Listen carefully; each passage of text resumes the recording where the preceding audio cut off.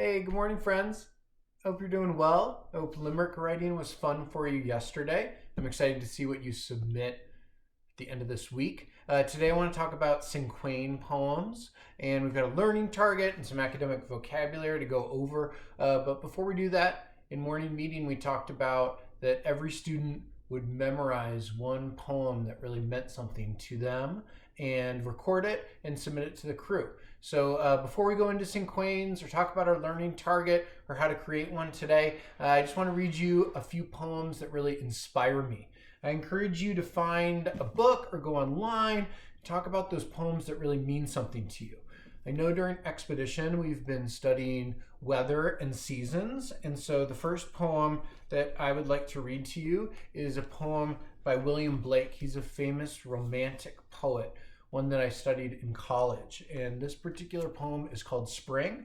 It's just kind of fun and light, and with spring season blooming right now, it was something that I thought might be appropriate. So this one's called Spring. Sound the flute, now it's mute. Birds delight day and night. Nightingale in the dale, lark in the sky. Merrily, merrily, merrily, to welcome in the year. Little boy full of joy, little girl sweet and small. Cock does crow, so do you, merry voice, infant noise. Merrily, merrily, merrily, to welcome in the year. Little lamb, here I am, come and lick my white neck. Let me pull your soft wool, let me kiss your soft face. Merrily, merrily, merrily, we welcome in the year. So I just thought that was a fun poem. It's got that rhyming scheme that we were trying to do with our limericks yesterday, but just thought it is a inspiring, quick poem. Maybe you're going to find yours and memorize it. And then, of course, I wanted to read you my all-time favorite. Many students who are third graders now remember memorizing this poem last year. This is Hiawatha's Childhood, an excerpt from the Song of Hiawatha. This one is written by Henry Wadsworth Longfellow. So here we go.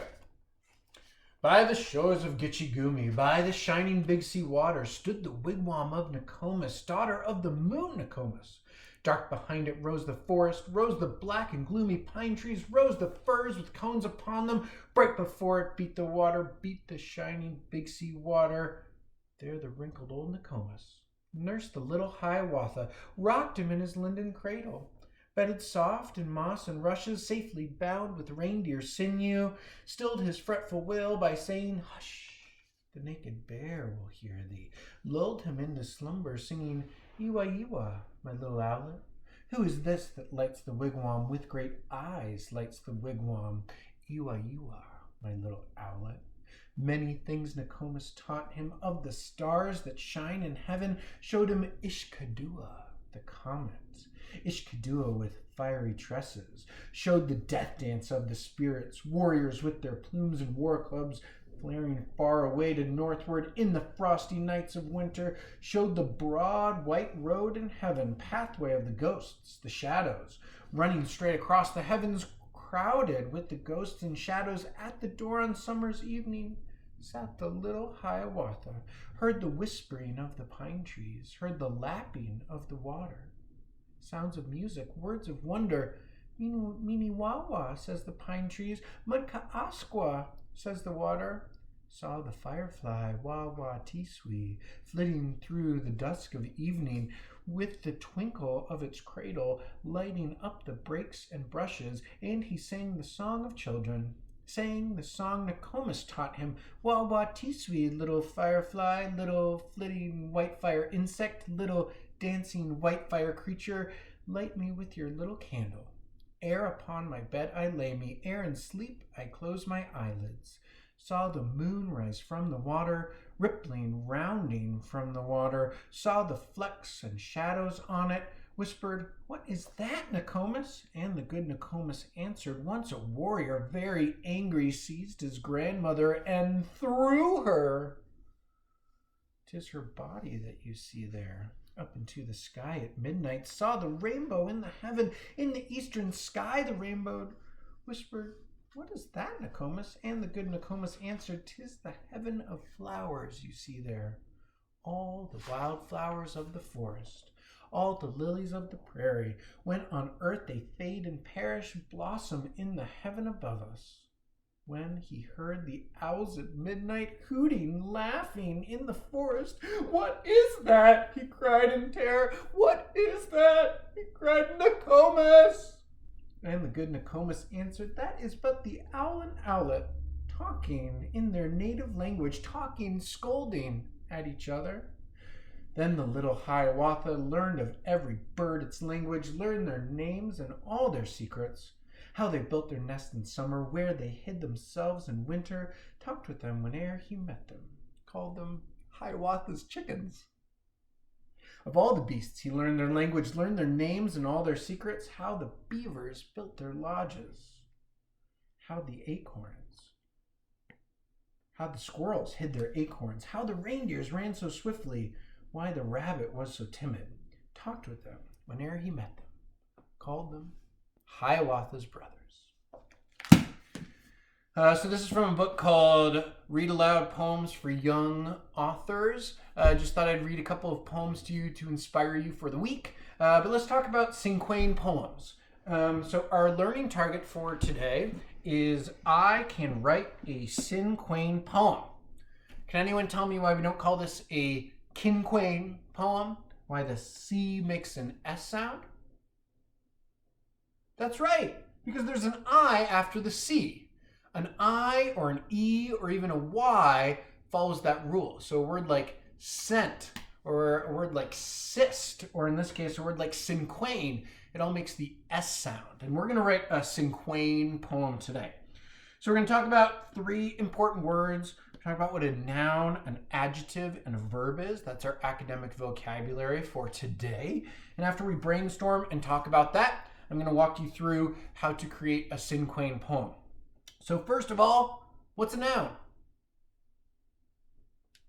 That's right. It's a person, place, or thing. So a noun could be something like a desk. Or a noun could be like a tree. Or a noun could even be like David. It's a person, it's a place, it's a thing. What kind of nouns can you think of? Now, what's an adjective?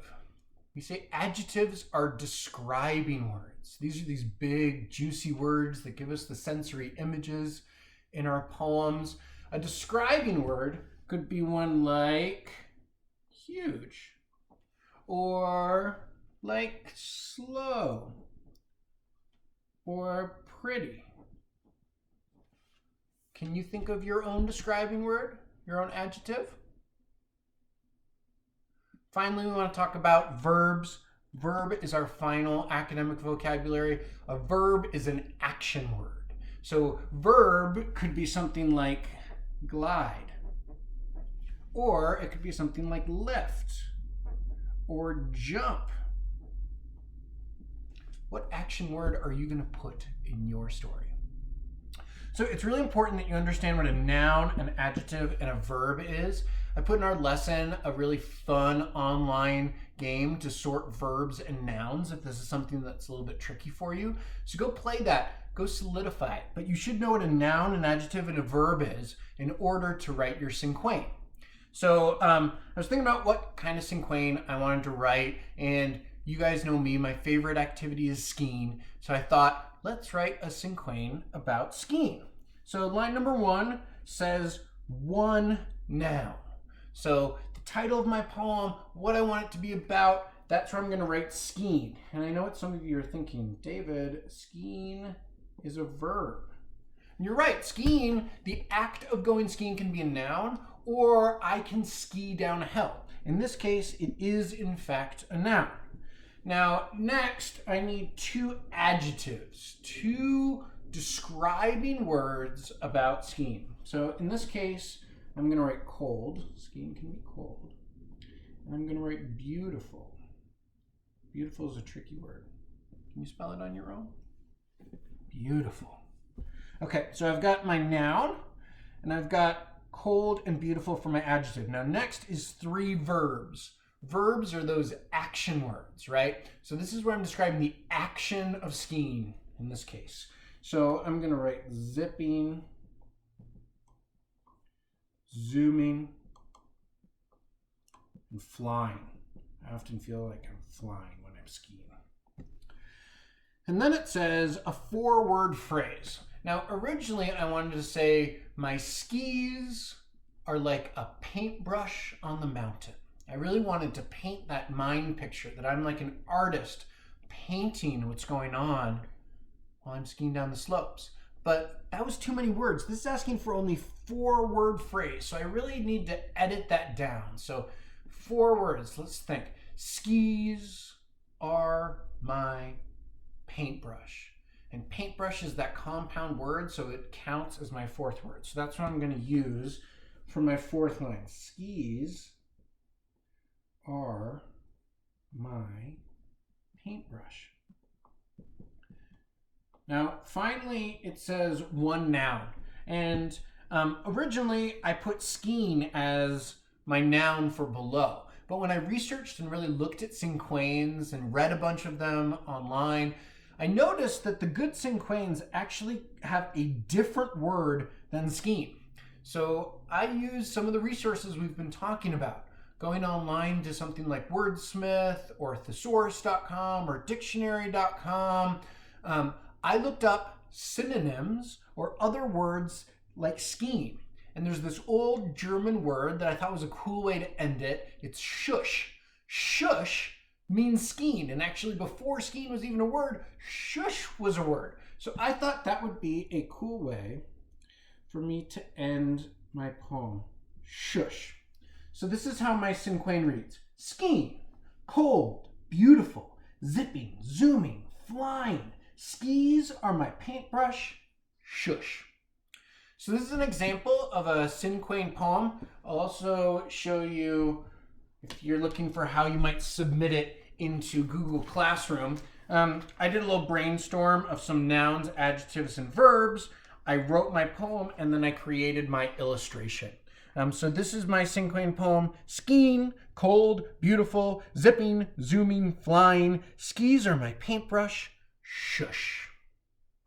Hope you have a lot of fun with Cinquains. I'm so excited to see what you guys submit on Google Classroom. Have a great week. Enjoy your poetry writing. Bye.